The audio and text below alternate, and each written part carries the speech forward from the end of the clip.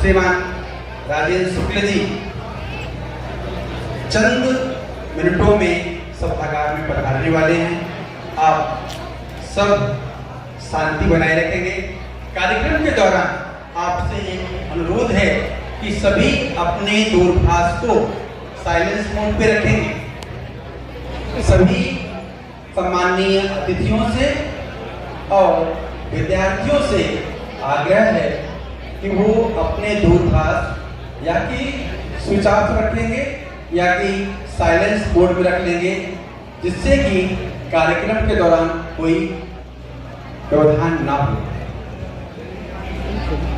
सभी विद्यार्थियों से पुनः आग्रह है कि आज जिन सम्माननीय मुख्य वक्ता का आपको पाठ्य मिलने वाला है या जिनका उद्बोधन अनुरोध है कि माँ वीणा पाणी के सामने दीप प्रज्वलित कर आज के कार्यक्रम की आधिकारिक शुरुआत करें। सम्माननीय अतिथियों से विनम्र निवेदन है कि सर्वप्रथम माँ वीणा पाणी के सम्मुख दीप प्रज्वलित कर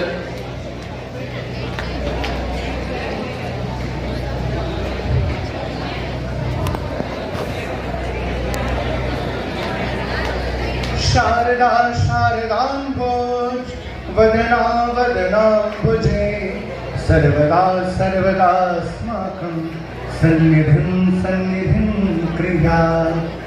हे शारदे माँ अज्ञानता से हमें तार दे माँ। हे शारदे माँ अज्ञानता से हमें तार दे माँ। तू स्वर की देवी संगीत तुझसे, तू स्वर की देवी संगीत तुझसे, हर शब्द तेरा है हर गीत तुझसे। हम हैं अकेले, हम हैं अधूरे, तेरी शरण में हमें प्यार दे माँ। हे शारदे माँ अज्ञानता से हमें तार दे माँ। तू श्वेत वर्णी कमल पे विराजे, हाथों पे वीणा मुकुट सिर पे साजे। तू श्वेत वर्णी कमल पे विराजे, हाथों में वीणा मुकुट सिर पे साजे। अज्ञानता के मिटा के अंधेरे, ज्वालों का हमको भी संसार दे माँ। ज्वालों का हमको भी संसार दे माँ। मुनियों ने समझी गुनियों ने जानी, वेदों की भाषा पुराणों की वाणी। हम भी तो समझे हम भी तो जाने, विद्या का हमको भी अधिकार दे माँ। हे शारदे माँ अज्ञानता से हमें तार दे माँ।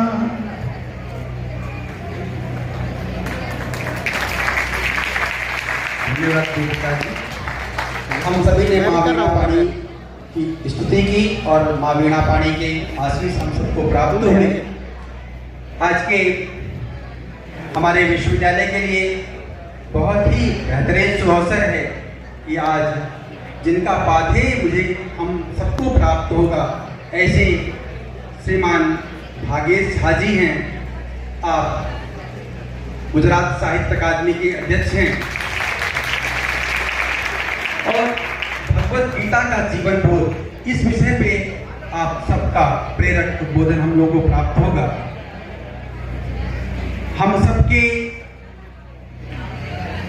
प्रेरणा पुरुष, विकास पुरुष विंध्य जिनके विकास का पर्याय है और विंध्य जिनके हृदय में बसता है, ऐसे आज के हमारे कार्यक्रम के मुख्य अतिथि परम सम्माननीय श्रीमान राजेंद्र शुक्ल जी। मैं माननीय कुलगुरु जी से विनम्र निवेदन करता हूँ कि माननीय मुख्य अतिथि महोदय का साल, श्रीफल और तुलसी का पौधा प्रदान कर उनका सम्मान करें।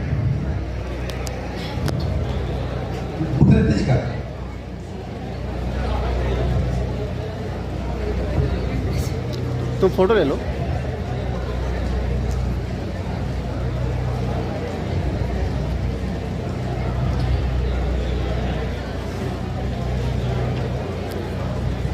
तुम एक फोटो ले लो। पुनः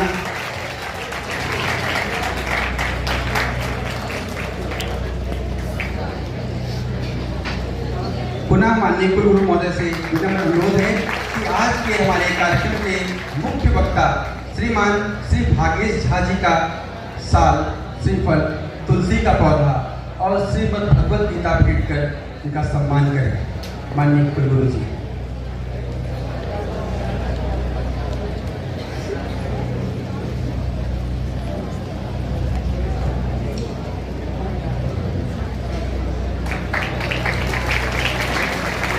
आज के इस कार्यक्रम के विशिष्ट अतिथि प्रोफेसर निरंजन पी पटेल जी, आप सरदार पटेल विश्वविद्यालय वल्लभ विद्यानगर आनंद गुजरात के माननीय कुलपति जी हैं।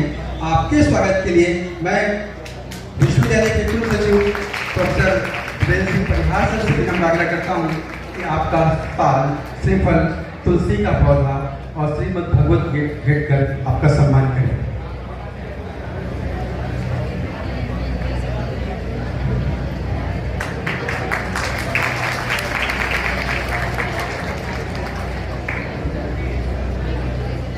विनम्रता ही बड़प्पन की निशानी होती है। ऐसे हमारे जनप्रिय, लोकप्रिय सांसद श्रीमान श्री जनार्दन मिश्र जी के स्वागत के लिए मैं अपने विश्वविद्यालय के DSW professor Atul Pandey sir से विनम्र आग्रह करता हूं कि हमारे लोकप्रिय जनप्रिय सांसद का साल, श्रीफल, तुलसी का पौधा और श्रीमद् भगवत गीता भेंट कर स्वागत करें।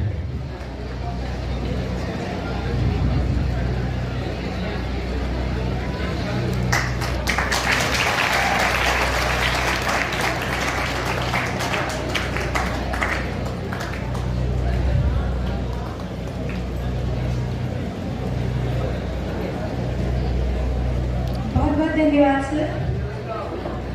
हम सब अत्यंत सौभाग्यशाली हैं कि हमारे बीच उपस्थित हैं अवधेश प्रताप सिंह विश्वविद्यालय रीवा के माननीय कुलगुरु प्रोफेसर राजेंद्र कुमार कुडरिया जी, जिनकी विद्वता, नेतृत्व क्षमता एवं दूरदृष्टि ने विश्वविद्यालय को नई ऊंचाइयों तक पहुंचाया है, जिनकी उपस्थिति मात्र से यह सभागार ज्ञान, प्रेरणा और ऊर्जा से आलोकित हो उठा है।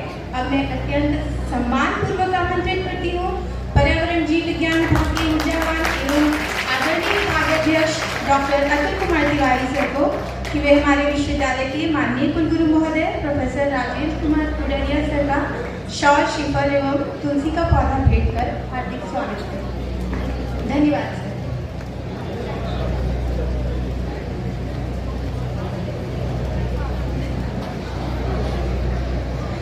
हमारे विश्वविद्यालय के ऊर्जावान कुशल प्रशासक प्रोफेसर सुरेंद्र सिंह परिहार के स्वागत के लिए मैं अपने साथी डॉक्टर CM तिवारी सर से आग्रह करता हूं कि हमारे ऊर्जावान कुल सचिव जी का साल, श्रीफल, तुलसी का पौधा और श्रीमद् भगवत गीता भेंट कर आपका सम्मान करें।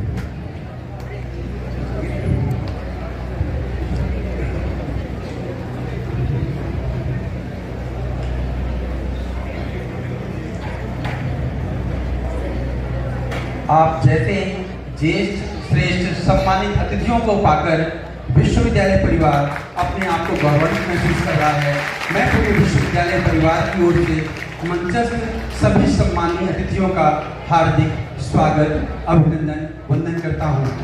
अपने विश्वविद्यालय के सभी ज्येष्ठ, श्रेष्ठ शिक्षक साथियों का और अपने स्नेही विद्यार्थियों का भी मैं हार्दिक स्वागत करता हूं। आज जिनका उद्बोधन मुझे प्राप्त होना है, हम सबको प्राप्त होना है, क्योंकि आज अपने विश्वविद्यालय में 2 कार्यक्रम हैं। एक तो भगवत गीता का जीवन बोध जिस पे ये कार्यक्रम चल रहा है, इसके बाद सभी सम्मानित निर्वाचित कर्मचारी नेताओं का शपथ ग्रहण समारोह भी है और इसके बाद साहित्य परिषद का राष्ट्रीय अधिवेशन अपने रीवा में आयोजित हो रहा है और इसके लिए सत प्रयास साहित्य परिषद की टीम और माननीय उप मुख्यमंत्री जी का विशेष इसमें योगदान है। तो समय बहुत सीमित है, तो मैं बिना किसी औपचारिक इसके प्रोफेसर निरंजन पी पटेल, आप सरदार पटेल विश्वविद्यालय वल्लभ विद्यानगर आनंद गुजरात के माननीय कुलपति हैं और आप न्याय, वेदांत और व्याकरण के मूर्धन्य विद्वानों में से एक हैं। आप एक कुशल प्रशासक के साथ साथ एक आदर्श शिक्षक भी हैं। मैं प्रोफेसर निरंजन पटेल जी से विनम्र आग्रह करता हूं कि हम सबको अपना संक्षिप्त उद्बोधन प्रदान करने की कृपा करें।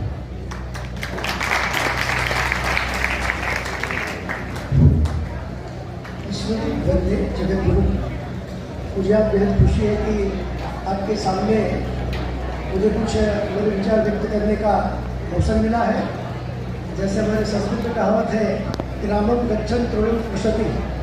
मुख्य रूप से तो मैं साहित्य परिषद के अधिवेशन में आया और आपके माननीय कुलपति जी ने मुझे एक मौका दिया कि आप आइए और कुछ बात करिए। इस कार्यक्रम के अध्यक्ष और इस मध्य प्रदेश के डिप्टी सीएम साहब शुक्ला साहब, राकेश भाई खान, आदरणीय मंच, मैं सर एक बात कहना चाहूँगा। मैं जब सत्ता से गाड़ी में सर आया तो मैं जो ड्राइवर था उनको पूछ रहा था कि सत्ता में क्या है, कैसा कैसा है, किस रूप में विकास हो रहा है और रीवा में किस रूप में हो रहा है। तो मुझे बड़ी आश्चर्य और बड़ा आनंद हुआ कि उन्होंने कहा कि पहले सतना बहुत समृद्ध हुआ करता था, लेकिन यहाँ के जो विधायक है और जो साहब है उन्होंने इतना काम किया है, इतने सारे ओवरब्रिज बना दिए, इतने सारे विकास का काम किया, आज रीवा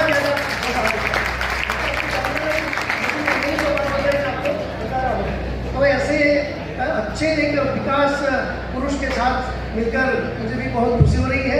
आज का विषय है श्रीमद् भगवद गीता, लेकिन मैं भगवद गीता के बारे में कुछ नहीं बोलूँगा।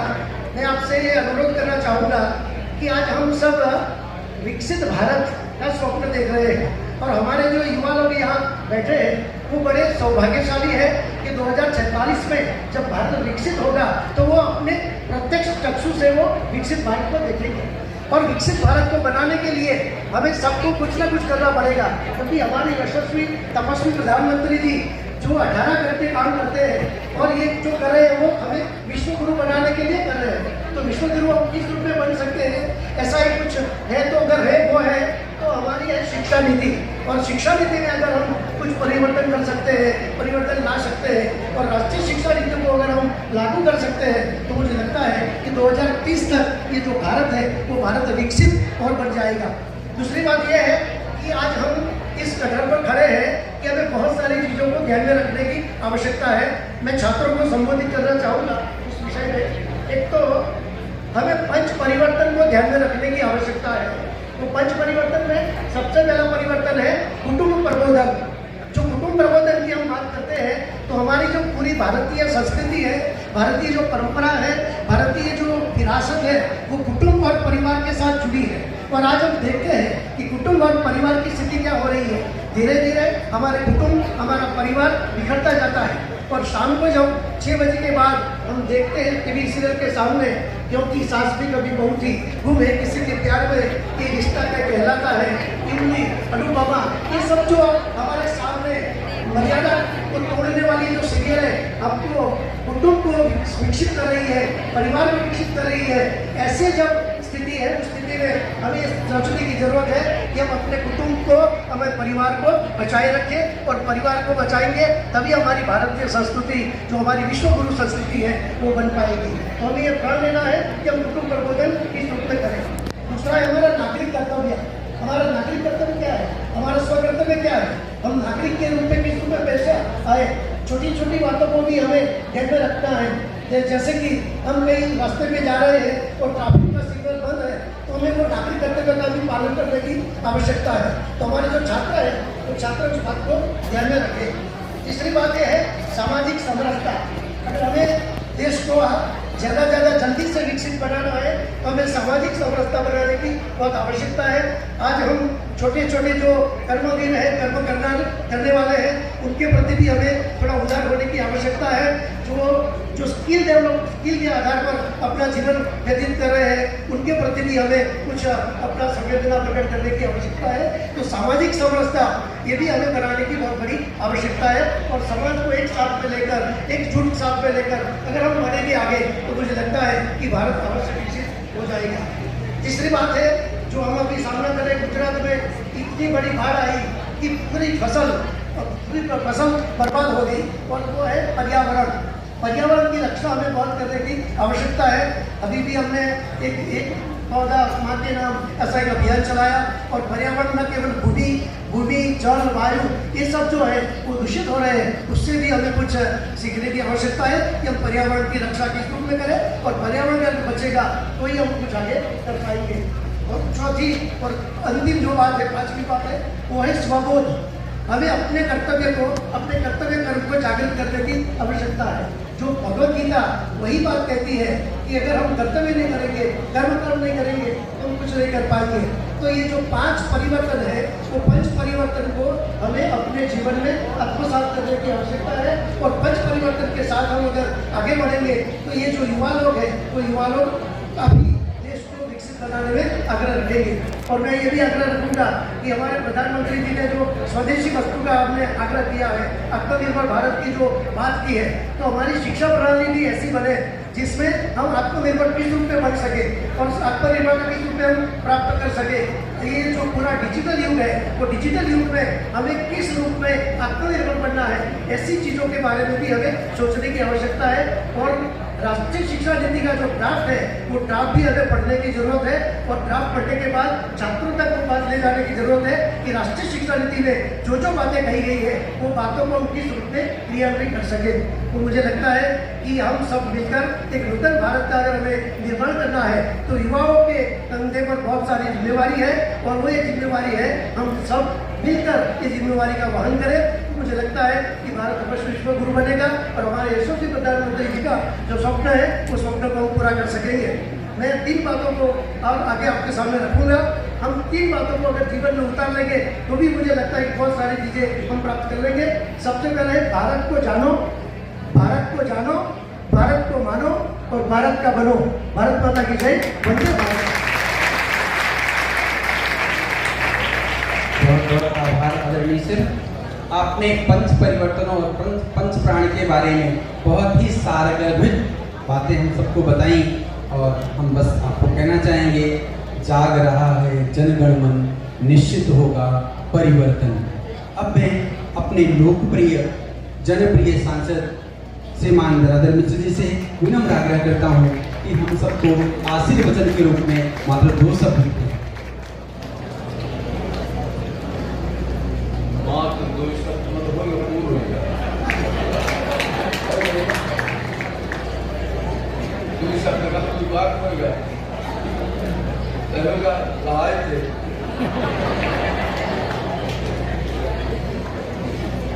परमादरणीय भाग्येश जी, मध्य प्रदेश शासन के मंत्री आदरणीय राजेंद्र शुक्ला जी, आदरणीय पटेल जी, आदरणीय भैया जी, आदरणीय बिहार जी, और मित्रों, गीता बोध जो है पत्र मिला, गीता भगवत गीता बोध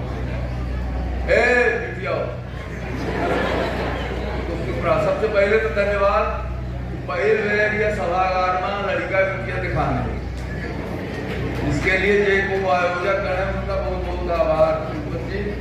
पहली बार इतनी बड़ी संख्या में यहाँ के छात्र दिखे नहीं, तो पहले यह रीवा के जनता आवत रही, छात्र की गायब रात रहे, पता नहीं कहाँ रहते।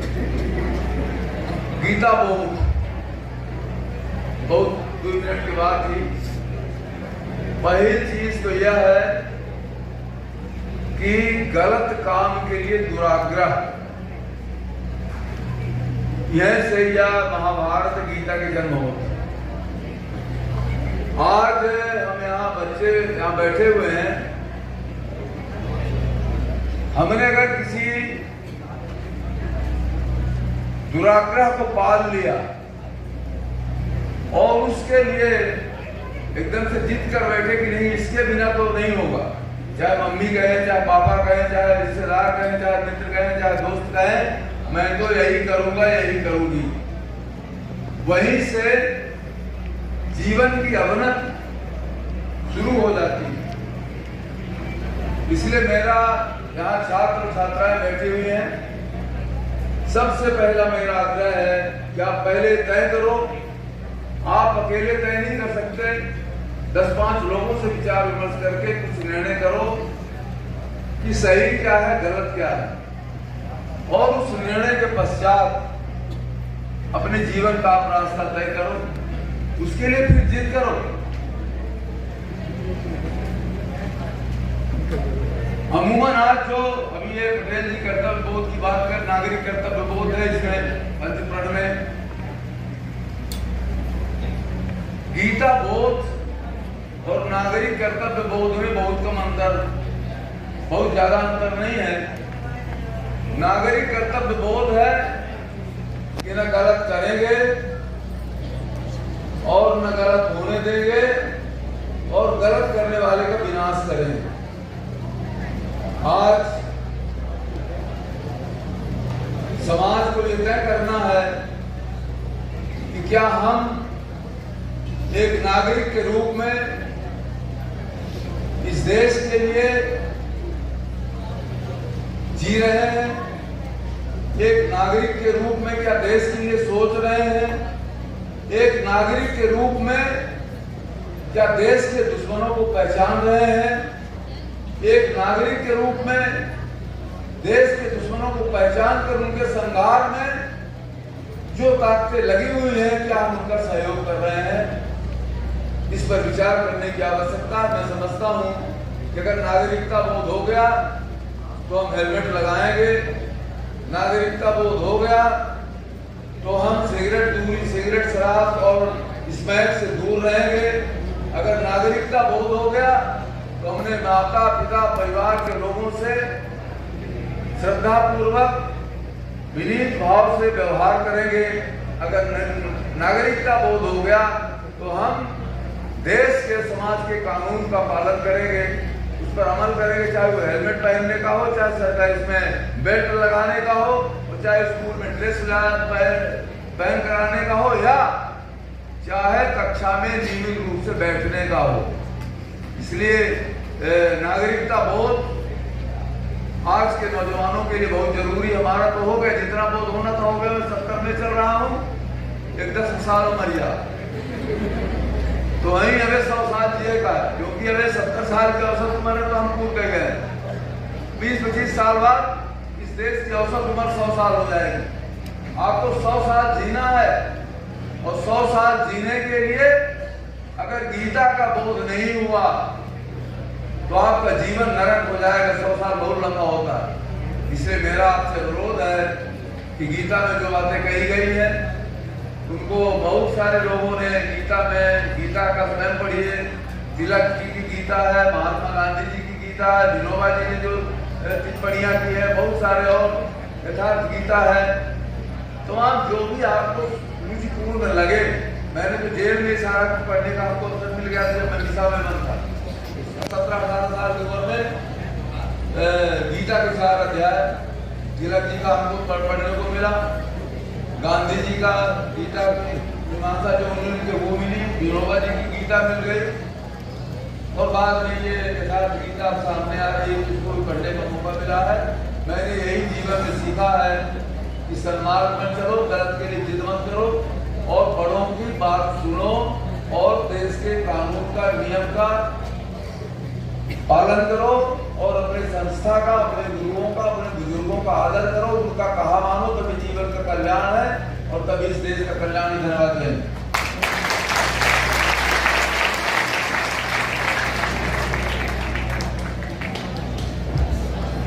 आपने बहुत ही सारगर्भित उद्बोधन से हम सबको कर्तव्यों का बोध कराया। हमारे कुलगुरु तो अक्सर कहते हैं कि अधिकारों का जन्म हुआ है कर्तव्यों के पालन से, अधिकार दौड़ते पीछे हैं कर्तव्यों के संपादन से। अब मैं विंध्य के विकास पुरुष श्रीमान राजेंद्र शुक्ल जी, माननीय उप मुख्यमंत्री मध्य प्रदेश शासन भोपाल को पूरी श्रद्धा के साथ आमंत्रित करता हूँ अपने आशीर्वचन के लिए।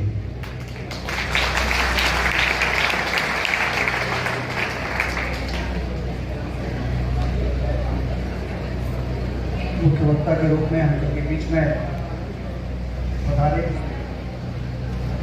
आदरणीय भाग्येश झा जी, जो गुजरात के साहित्य अकादमी के अध्यक्ष हैं और सीनियर IAS ऑफिसर रहे हैं लंबे समय तक। 5 वर्ष तो बड़ौदा में कलेक्टर रहे।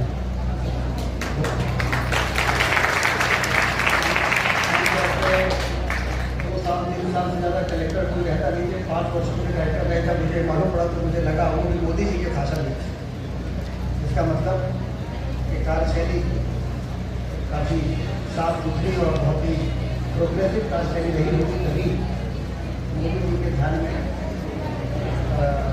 शासन में आप मुझे लंबे समय तो वहाँ रहे थे, जनसंपर्क के सचिव रहे, कमिश्नर रहे।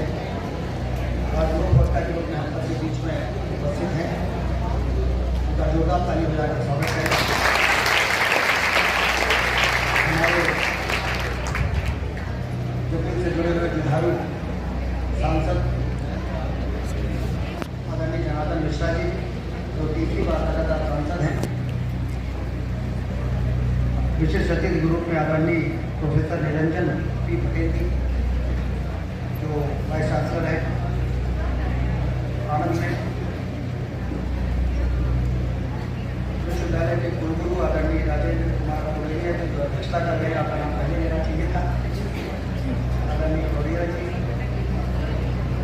कुल सचिव आदरणीय प्रोफेसर सुरेंद्र सिंह परिहार जी, तिवारी जी, यहाँ पर उपस्थित सभी प्राध्यापकगण, गणमान्य नागरिकगण, जिला पंचायत के अध्यक्ष श्रीमती रीता गुरु जी भी उपस्थित हैं, छात्र एवं छात्राएं। विश्वविद्यालय को मैं इस बात के लिए बधाई देता हूँ कि चारित्रिक विकास आने वाली पीढ़ी में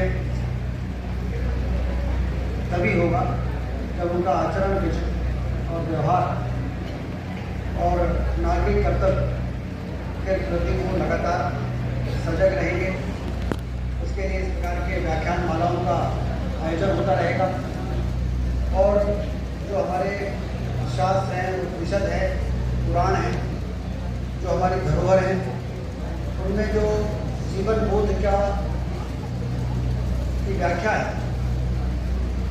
उसके लिए जब इस प्रकार के व्याख्यान होंगे तो दिल और दिमाग में इसका असर पड़ता है। इसमें कोई दो राय नहीं।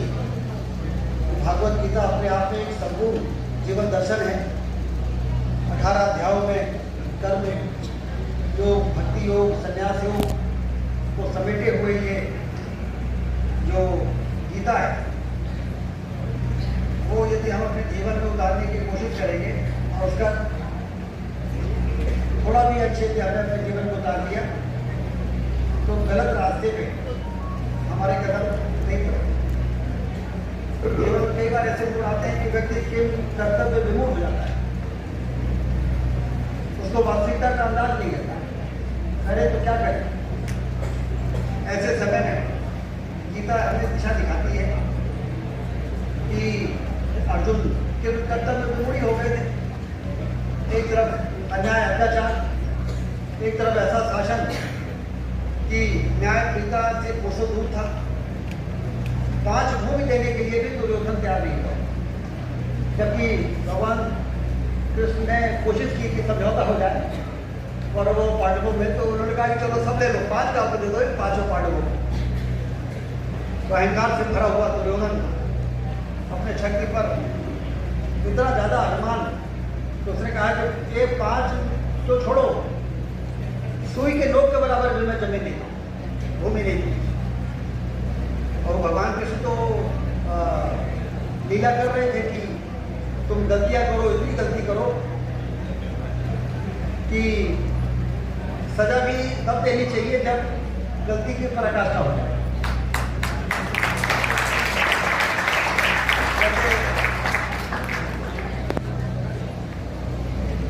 100 गलतियों पर उन्होंने तो सुदर्शन चक्र चलाया।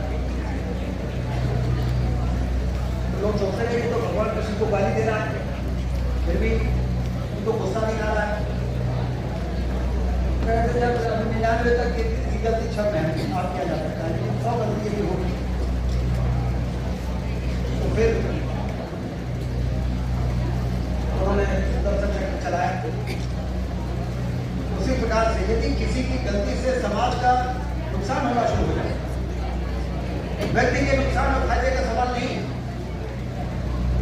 किसी से हमारी बुराई है, उसके लिए हमारा नुकसान हो रहा है, तो हम स्वतंत्र हैं उसको सजा देने की। ये किसी की ऐसी गलती जो समाज का, देश का नुकसान करने लगे, और उसके बाद यदि हम उसको सजा नहीं देंगे तो हम देश के प्रति न्याय नहीं कर रहे, हम अपने कर्तव्य बोध से विमुख हो रहे हैं।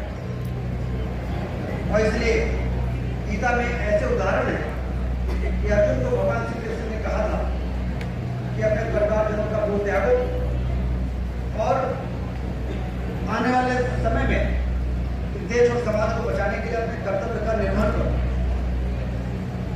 तो फिर उनकी आगे खुली अर्जुन जैसा आदमी यदि किन कर्तव्य विमूढ़ हो सकता है, तो आप समझिए कि हमारा आप किस खेत में है। उस समय या तो हमारा जीवन के कर्तव्य विमूढ़ हुए तो फिर जो बचा हुआ जीवन है बेकार चला जाएगा। इस धरती पर पैदा हुए हैं समाज को दिशा देने के लिए, अपनी जिम्मेदारियों के निर्वहन के लिए और बेहतर स्थान पर समाज को, देश को पहुंचाने के लिए। विश्व गुरु की बात हुई 2047 में भारत को विश्व गुरु के स्थान पर पहुंचाने के लिए हमें आर्थिक महाशक्ति बनने के साथ साथ हमें अपनी संस्कृति, अपनी विरासत से जुड़ने की आवश्यकता है। आज का दिन वंदे मातरम का 150वां जन्मदिन मनाने का कार्यक्रम पूरे देश में आयोजित हुआ है। प्रधानमंत्री जी का उद्बोधन आज हम लोगों ने सुना है। वंदे मातरम वो गीत है जिसने आजादी की लड़ाई के दौरान बंकिम चंद्र चटर्जी जी ने जब उस गीत को लिखा तो उसमें भारत भूमि की महिमा का व्याख्यान था और उससे आजादी के आंदोलन में लगे हुए लोगों में ऊर्जा के संचार के लिए पर्याप्त भारत के प्रति प्रेम उमड़ने वाला गीत था। लेकिन उसको ऐसे हम खुद थोड़ी करेंगे। विरासत से विकास, यदि हम विरासत से अलग हो जाएंगे तो ये विकास हमारे लिए प्रदान नहीं करेगा। ये विकास तभी प्रदान करेगा जब हमारी गौरवशाली इतिहास, संस्कृति से हम जुड़े रहेंगे।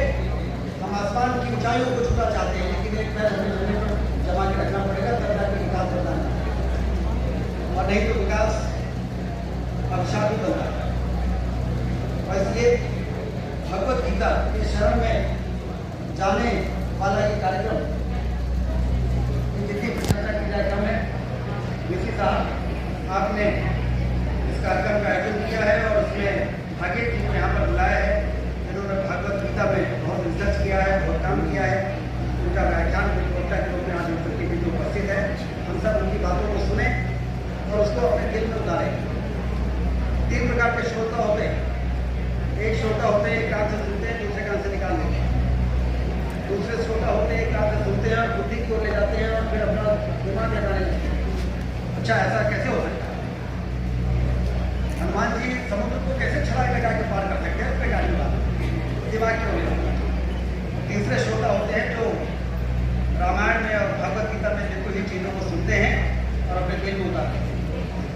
तो सबसे श्रेष्ठ श्रोता कौन है? राम ने और कृष्ण ने कोई बात कह दी तो उस पर तर्क और विचार करने की आवश्यकता नहीं है। उसको आँख मूंद के सुनना, दिल में दिमाग में उतारना और उस पर चलने के लिए संकल्प लेना। ये यदि किसी व्यक्ति ने कर दिया तो वो फिर अपने जीवन बोध से कभी भटकेगा नहीं और जीवन में कर्तव्यों का निर्वहन करेगा और सिर्फ अपने घर परिवार का भला नहीं करेगा बल्कि समाज और देश का भी भला करेगा।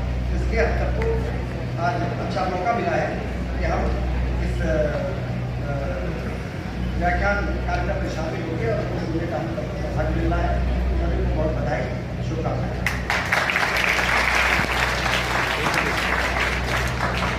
धन्यवाद सर।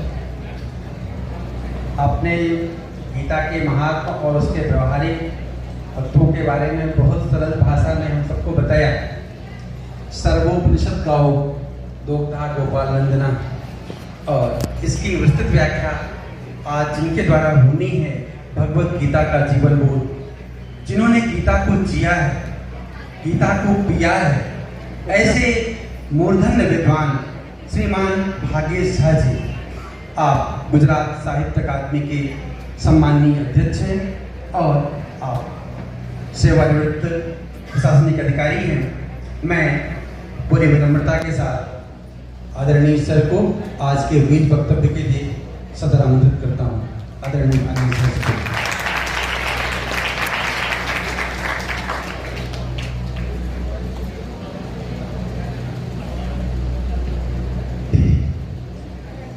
वागर्थाविव संपृक्तौ वागर्थ प्रतिपत्तये जगतः पितरौ वन्दे पार्वती परमेश्वरौ। नमः सभायै, नमः सभापतिभ्यश्च।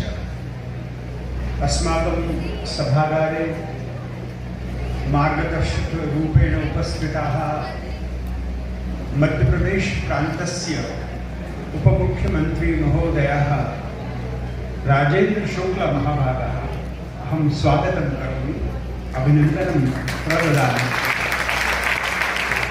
वयं जानीमः अस्माकं कुलगुरवः अतीव विद्वद्वर्यः मम मित्रवर्यः राजेन्द्र कुर्कुरिया दुबे महाभागाः अत्र उपस्थितः लोकप्रिय सांसद महोदयाः जनार्दन मिश्र महाभागानाम् अपि अहं प्रणमामि। अत्र उपस्थितः सुरेन्द्रजी परिहार महाभागाः अपिश्च मम लघुबन्धु सरदार पटेल विश्वविद्यालयस्य कुलगुरु रूपेण शोभिताः पटेल कुलोत्पन्नाः निरंजन भाई पटेल महाभागाः, सर्वे महानुभावाः, जिल्ला पंचायत समवायस्य अध्यक्षाः, सर्वे महानुभावाः, बान्धवाः, भगिन्यश्च। मनसि अतीव आनन्दः जायते यत् अद्य 2025 मध्ये वयं मिलामः।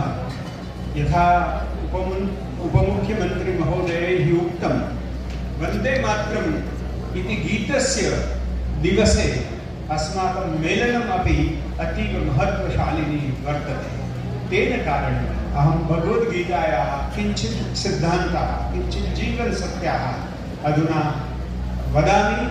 अपिश्च जनैः विश्वबोधेन किं कर्तव्यम् आधुनिकतमे युगे केन मार्गेण अस्माकं जीवनस्य उद्धरणं कर्तव्यम् इति विषयम् आधृत्य मम विचारान् प्रस्तावयितुं प्रयत्नं करोमि। यदि मैं जानता हूँ, मैं जीव दया में भी मानता हूँ और आपको ज़्यादा कष्ट न लगे, इसलिए संस्कृत, हिंदी, इंग्लिश मेरी सभी भाषाएं मेरे साथ बहुत दोस्ती रखती है, क्योंकि मेरी एक कविता है कि गुजराती मेरी माँ है, हिंदी मेरी मासी है, संस्कृत मेरी दादी माँ है, अंग्रेजी मेरी पड़ोस में रहती हुई बहुत रूपवती विदुषी नारी है, विदेशी नारी है, वो मुझे पसंद है। लेकिन अगर नींद नहीं आए तो लोरी तो मेरी माँ यानी गुजराती गाए, और अगर मुझे पेट में गड़बड़ है तो बेटा सूंठ घी और गुड़ की लड्डू बना के खा ले, वो तो मेरी दादी माँ यानी कि संस्कृत ही कहे। ऐसा भाषाभिमान होने के कारण मैं आज आपके सामने सभी भाषाओं की बात करूंगा। गुजराती में कम करूंगा क्योंकि गुजराती में मेरी कविताएं भी है और मैं गुजराती का लेखक कवि तो हूँ लेकिन व्यंग्यकार भी हूँ, तो कभी कभी अगर देखते हैं कैसा मूड बनता है। लेकिन दोस्तों, भगवद गीता जिसको हमारे सम्माननीय प्रधानमंत्री जी कोई भी विदेशी मेहमान आए तो उनको भेंट में देते हैं। उन्होंने बताया जापान के मुख्य प्रधानमंत्री को कि ये भारत के जो चिंतन है उसका सार सर्वस्व है। तो ऐसा क्या है? और मैं ये युवा दोस्तों के सामने खड़ा हूँ तो मुझे बताना चाहिए कि सब लोग आपको बोलेंगे कि भगवद गीता तो बूढ़े होने के बाद सुनना, तो ऐसा नहीं। भगवद गीता युवाओं के लिए, भगवत गीता युद्ध में जो रथ है, जो युद्ध में उतरा है, ऐसे अर्जुन के लिए है। भगवत गीता बूढ़ा होने के बाद में नहीं है, किसी का मरण हो जाए, अवसान हो जाए, देहावसान के बाद में भगवत गीता का पाठ करो, ठीक है, उससे सांत्वना मिलती है, लेकिन भगवत गीता एक जीवन का ग्रंथ है। भगवत गीता ट्रांसफॉर्मेशन का गीत है, शास्त्र है।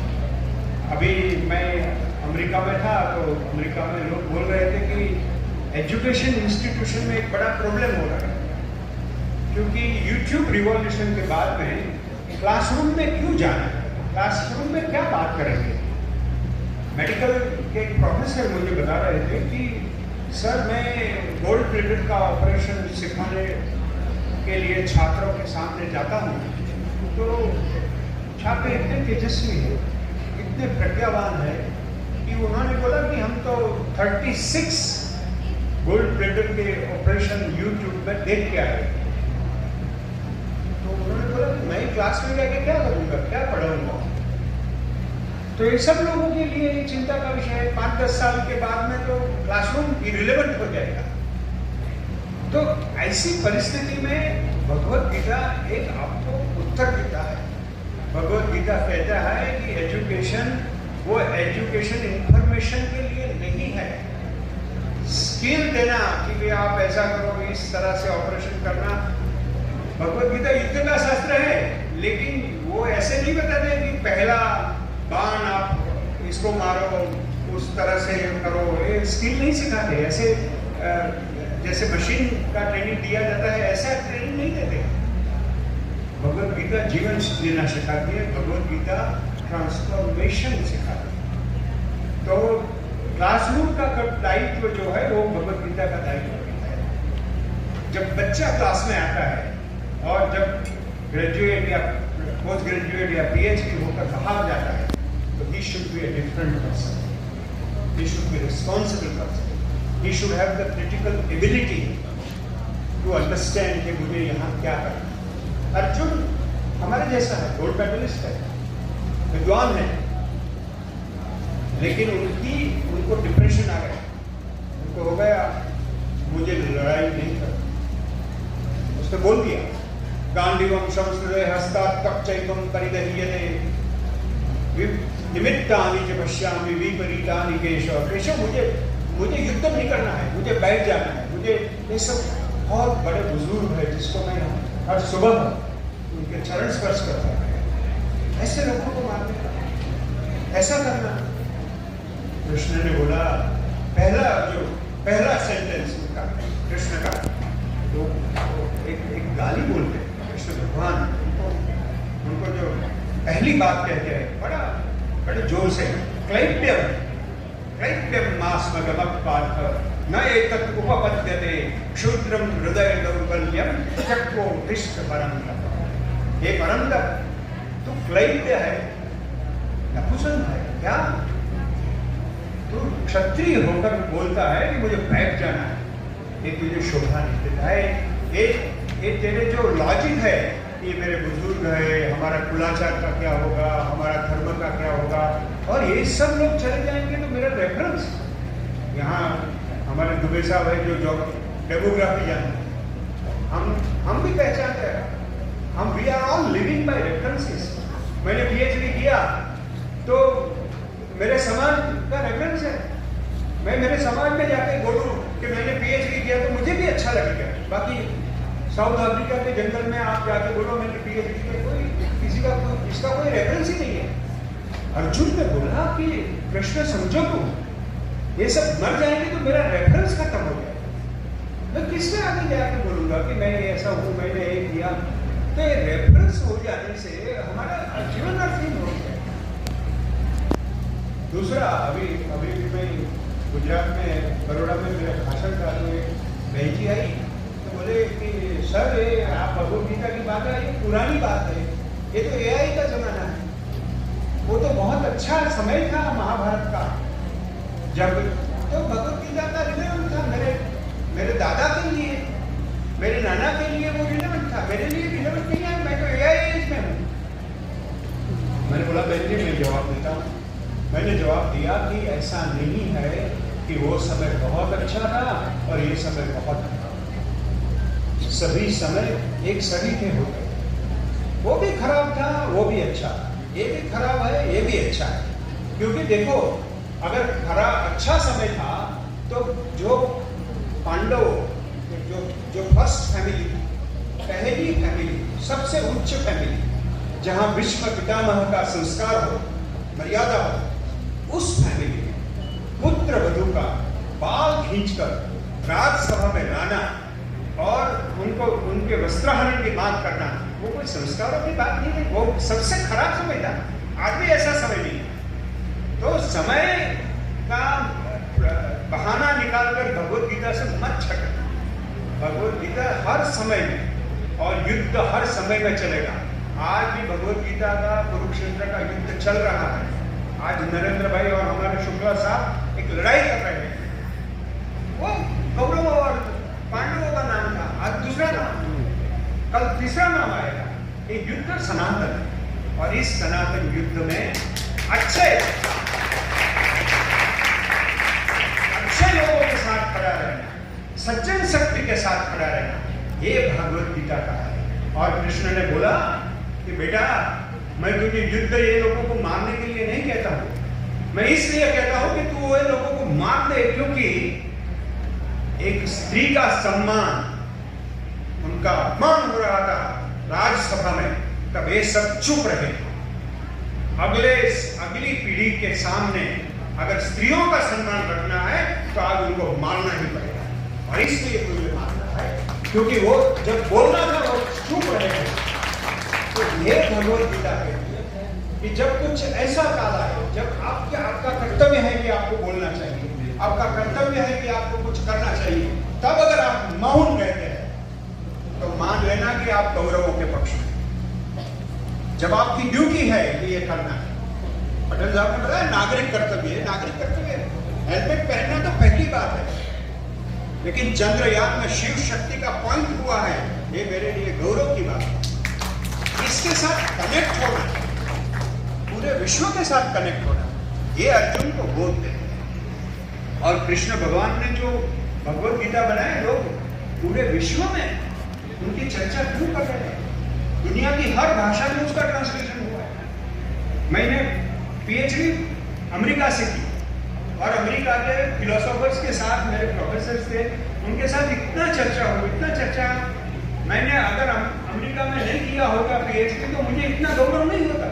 मुझे बहुत गौरव हुआ कि मैं भारत देश में जन्मा हूँ, और भारत देश में ऐसी भगवत गीता जैसा ग्रंथ हमारे पास है, जो ईश्वर जैसे रजनीश जी ने बताया 2300 साल में भगवत गीता हर घर में हर लोग पढ़ेंगे, क्योंकि एआई का जब मध्याह्न में सूर्य होगा तब भगवत गीता मोस्ट रिलेवेंट। क्यों मैं बताऊंगा, भगवत गीता एक रेस्टोरेंट में आप जाते हैं तो रेस्टोरेंट में कॉम्बो होता है। कॉम्बो कि आप ये बड़ा पाव लीजिए तो ये आपको मुफ्त में देंगे, वो देंगे, और अलग अलग कॉम्बो है। तो हमने बोला अमेरिका के ऑडियंस को कि this is our combo. And मैंने जो मेरी थियरी है वो आस्क थियरी है, ASK। ये आस्क थियरी मन में रखे, ये भगवत गीता का सार है। अगर मुझे 10 मिनट में कहना है तो ये आस्क थियरी है। A is attitude, skill is कर्म, K is knowledge। नॉलेज, ज्ञान, कर्म और भक्ति, ये तीनों का कॉम्बिनेशन है। यहाँ बैठे हर व्यक्ति में एक कॉम्बो हाजिर है। मैं विद्यार्थी हूँ, प्राध्यापक हूँ, तो मेरे में ज्ञान का 60% हो सकता है, कर्म 20% हो सकता है। कोई किसान है तो उनका कर्मयोग 70% होगा, 10% ज्ञान होगा, 20% उनका भक्ति होगा। कॉम्बिनेशन सब में है, लेकिन क्या सम्यक कॉम्बिनेशन मेरे जीवन में उपयोगी होगा वो आपको डिसाइड करना है।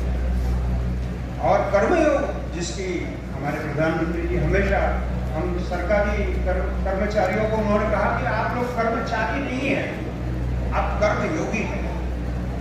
ये योग की भावना है। ये योग, ये कृष्ण कोई सामान्य भगवान नहीं है, वो अद्वितीय भगवान है। दुनिया के सभी भगवानों को आप देखो, ये मुझे तो इतना मजा आता है। मेरी एक कविता है, गुजराती में है, माफ करना, लेकिन मैंने बोला ई राधाए जमुना जल पर खोल्यो साइबर काफे, बाइट बाइट पर कृष्ण विराजे, वेबसाइट बंदरावन, वायरस वाला विचार करता आ रस है मनोभाव।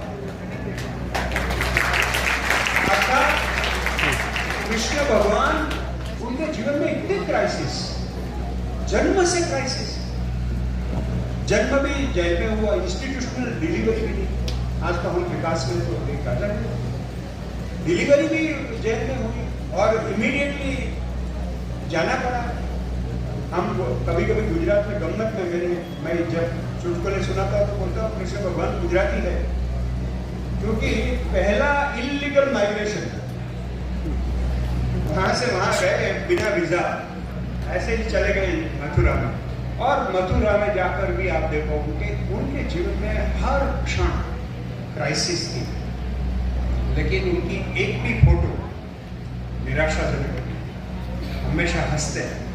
तो यही तो जीवन को हंसना चाहिए। देखो हम सब लोग हंसते हैं, हमारा मैरिज हुआ है तो भी हंसते हैं।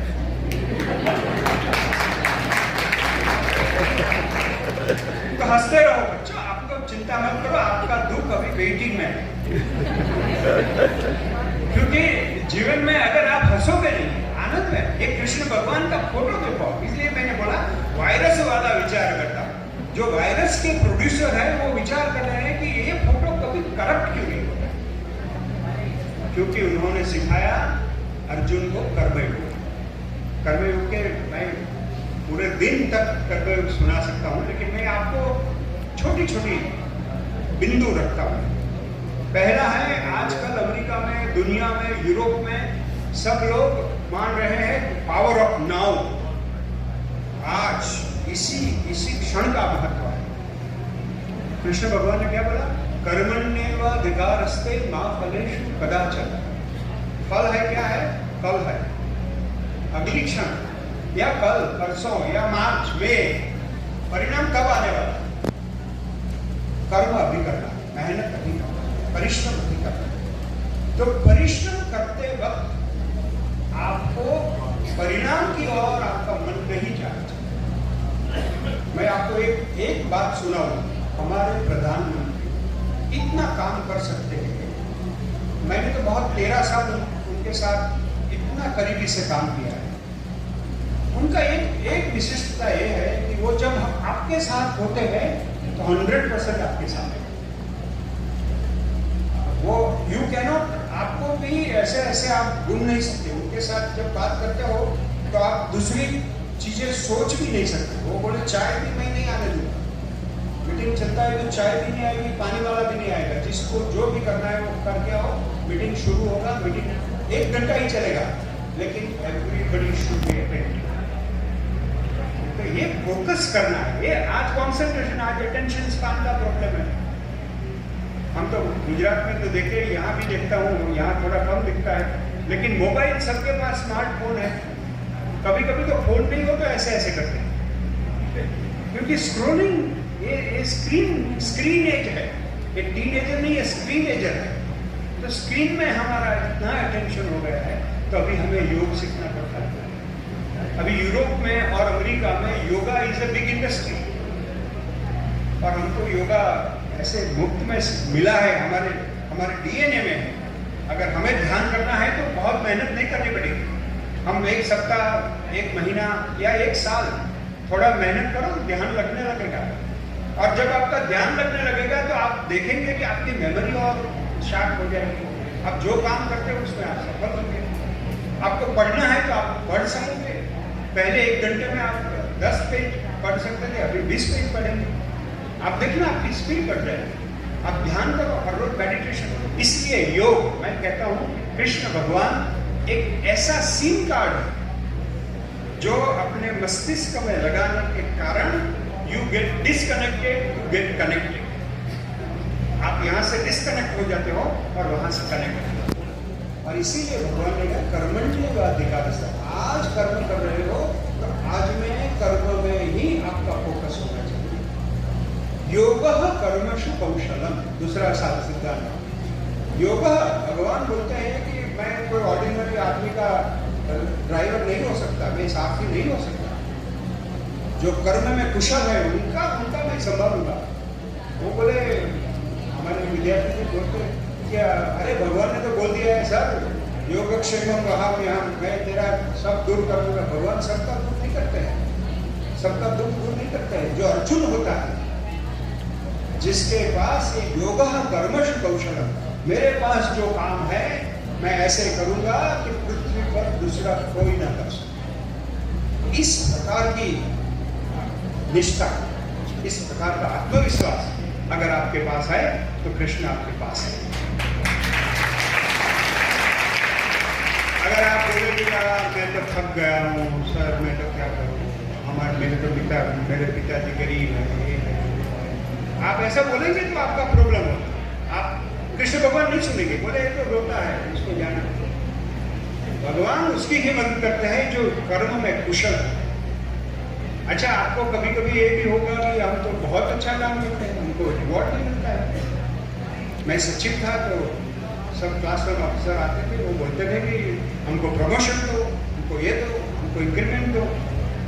हमने बोला यार प्रमोशन क्या होता है, प्रमोशन में क्या होता है आपको तो मालूम नहीं होगा। छोटी चैम्बर है तो बड़ी चैम्बर, एक पीए है तो दो पीए, दो प्यून है तो तीन प्यून है, ये प्रमोशन नहीं है। हमने देखा है कि बहुत बड़ी बड़ी चैम्बरों में छोटे छोटे क्लार्क बैठते हैं। नॉमिनेशन आपका हुद्दा बहुत बड़ा होगा, आपका डेजिग्नेशन बहुत बड़ा होगा, लेकिन आपकी सोच बड़ी नहीं हो तो आप विकास नहीं कर पाओगे। ये हमारे शुक्ला साहब है, यंग है, और हमने तो नरेंद्र भाई का देखा, वो जब पहले मुख्यमंत्री बने तो उन्होंने कभी जिला पंचायत में भी काम नहीं किया, लेकिन सोच बहुत। मैं खेल सचिव था, मैं उनको मिलने आया थे विश्वनाथन आनंद, तो विश्वनाथन आनंद के साथ बैठे थे तो मुझे बुलाया कि भाग्यश आ जाओ, मेरे गेस्ट आए, तो मैं गया। और विश्वनाथन आनंद को उन्होंने पूछा कि बोलो विश्व में सबसे ज्यादा चेस का क्या रिकॉर्ड है, तो बोले कि एक छप्पर के नीचे 13,000 पीपल चेस खेला, वो विश्व का रिकॉर्ड है। मैं बाजू में बैठा था, बोलो भाग्यश आपका क्या कहना है? मैंने बोला सर ये रिकॉर्ड हम तोड़ देंगे, और हमने तोड़ दिया 6 महीने। हमने विश्वनाथ आनंद को बोला कि हम कंप्यूटराइज करेंगे, नॉमिनेशन करेंगे, I will give you every proof. और पूरे गुजरात में 2 लाख बच्चे चेस खेलने लगे, और इसमें से 20,000 आए, और एक छप्पर के नीचे तो ये कर्मश कौशल करके आपको एक फ्रस्ट्रेशन आ सकता है बाद में। आप इतना काम करोगे और प्रमोशन नहीं मिलता है, आप सब करोगे तब कृष्ण भगवान एक प्रॉमिस देते हैं, नहीं कल्याण कृत कश्चित दुर्गतिम तात गच्छति। हे तात, हे अर्जुन, जो अच्छा काम करता है उसकी कभी दुर्गति नहीं है। काम की भी दुर्गति नहीं होती है, व्यक्ति की भी दुर्गति। आपको मालूम नहीं है, भगवान की रीत अलग है। अगर आप अच्छा काम करते हो तो आपको अपने पोते या अपने पुत्र की पुत्रवधू अच्छी मिलेगी, आपको परिणाम अभी नहीं मिला लेकिन जॉब अच्छा मिलेगा। आपको मालूम नहीं होगा, वो जो सब लोग IAS में आते हैं वो सब गोल्ड मेडलिस्ट नहीं होते, कहीं भगवान क्या करता है कैसे, लेकिन आप काम करो, आपके कर्म में अंतःकरण शुद्धि से अगर आप काम करते हैं तो आपको इतना मजा आएगा और उसका परिणाम अवश्य मिलेगा। दुर्गति तात गच्छति, उनकी दुर्गति कभी नहीं होती है, ऐसा प्रॉमिस कृष्ण भगवान ने। मैं बहुत जल्दी से मेरा पूरा करना है। ज्ञान, एक ज्ञान मीन्स इंफॉर्मेशन नहीं, ज्ञान मीन्स विजडम भी नहीं, ज्ञान मीन्स अवेयरनेस। और यदि कल अगर कोई रोबोट कन्या इधर आ जाए मेरे सामने और बोले कि मैं तुझसे भी अच्छी हूँ, मुझे तेरे से भी मेरी मेमोरी शार्प है, मैं भगवत गीता का विद्यार्थी होने के कारण, एक हिंदू होने के कारण मेरा उत्तर होगा, हे रोबोट कन्या, त्वं तु यंत्र प्रज्ञा, आर्टिफिशियल इंटेलिजेंस, त्वं तु यंत्र प्रज्ञा, किंतु अहम चैतन्य प्रज्ञा। चैतन्य का प्रतिनिधि हूं, ये ज्ञान है। ममई वंशो जीवलोके जीवभूतः सनातन। मैं कोई ऑर्डिनरी नहीं हूं। मैं इस दुनिया में आया हूं कोई मकसद लेकर आया, कोई हेतु लेकर आया। भगवान ने मुझे जन्म दिया है कोई काम करने के लिए दिया। प्रयोजनम अनुद्दिश्य न मंदो भी प्रवर्तते। मेरे पास प्रयोजन है और मेरी 24/7 ये जागृति होनी चाहिए कि मैं चैतन्य का प्रतिनिधि। ये जो हमारे सम्मानीय मंत्रीवर्य है उनको हर 24/7 ये स्मरण में रहता है कि मैं इस लोगों का प्रतिनिधि हूं और इसके लिए मुझे उनके लिए काम करना है। इसी प्रकार पांडुरंग दादा ने, पांडुरंग आठवले ने हमको सिखाया कि 24/7 ये मन में रखो कि मैं उनका प्रतिनिधि हूं जो पूरे संसार को चलाता है। इस प्रकार से और एक ऐसा आत्मविश्वास कब आएगा जब आपको भक्ति होगी। भक्ति एक विनम्रता का प्रतीक है। मैं उनके लिए सब करना हूं। निमित्त मात्रम भव सव्यसाची। मैं कर्म करता हूं, मेरी सफलता है, लेकिन मैं तो सेवक हूं, मैं तो उनका प्रतिनिधि हूं। देखो प्रधानमंत्री जैसे डेजिग्नेशन पाने के बाद भी नरेंद्र भाई क्या बोलते हैं, मैं प्रधान सेवक हूं। जब सीएम थे तो क्या बोले, मैं कॉमन मैन हूं। मैं उनका प्रतिनिधि हूं और विनम्रता से सब रात को समर्पित कर देना है। श्री कृष्णार्पणमस्तु। मेरा कुछ नहीं है, मैं एक निमित्त हूं। भगवान ने बोला अर्जुन को 11वें अध्याय में, निमित्त मात्र और भक्त होना वो कोई कायरता का काम है नहीं है, बहुत शौर्य मांगता है, बहुत हिम्मत चाहिए।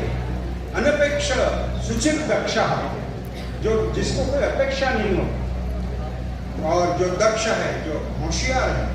अगर आप होशियार नहीं होंगे, आपको 90% गुण नंबर नहीं आते हैं तो आपको भगवान नहीं सुनेगा। आपको 100% लाने पड़ेगा। 70% आपकी ज्ञान की आराधना हो, साधना हो, तभी